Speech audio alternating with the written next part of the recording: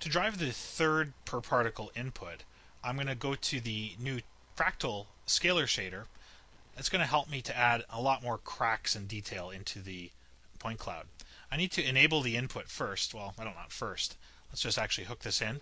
And then on our gradient shader, let's enable the third particle input. And let's start to kind of add these cracks. So you can already see that some of them are being added in. There's a few little details that have been added in here and there. If I increase the end value of the gradient,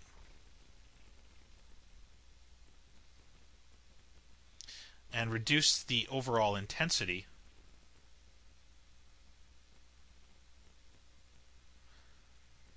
I should be able to get even more detail. I'll take down the overall density of my per cloud density and raise the per particle age a little more. See if that helps. Might actually blow things out a little too much. Let's raise the end density. Okay, so actually let's go back the other way. I think that way will work a little better. What we're actually lacking right now, we're able to tune this to a certain point, but if I really want to start to add a bit more detail to this cloud, and we're starting to get a lot of nice little cracks and protrusions here and there, but we really need to increase the density. You'll notice that if we move to frame 1 and we move to frame 2 should be one of the brightest parts of the explosion. It could partially be because the particles aren't totally opaque.